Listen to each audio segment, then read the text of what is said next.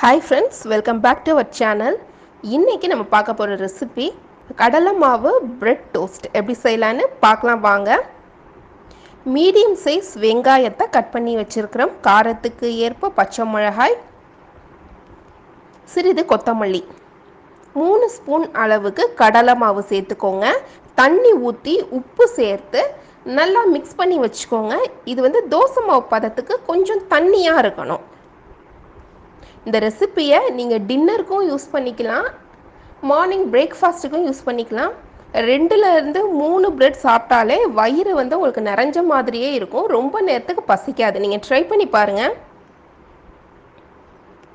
நான் சொன்ன measurement 6 slice பிரெட்டுக்கு சொல்லியிருக்கிறேன். உங்களுக்கு எவ்வளோ வேணுமோ அதுக்கு தகுந்த மாதிரி நீங்கள் பார்த்துக்கோங்க. இப்போ தோசைக்கல் ஹீட் பண்ணியாச்சு. ஆயில் ஊற்றி நல்லா டிப் பண்ணிக்கோங்க ப்ரெட்டை. இப்போ நம்ம டோஸ்ட்டு போட்டுடலாம். இது கடலை மாவுன்றதுனால கொஞ்சம் வேக விடுங்க. அப்படின்னா தான் 2 சைடும் வெந்து சாப்பிடும்போது ரொம்பவே டேஸ்ட்டாக இருக்கும். சின்ன பசங்கள்லாம் ரொம்பவே விரும்பி சாப்பிடுவாங்க. ரெகுலராக சாப்பிட்ற டோஸ்ட்டோட இது ரொம்ப வித்தியாசமாக இருக்கும். உங்கள் வீட்லேயும் ட்ரை பண்ணி பாருங்கள்.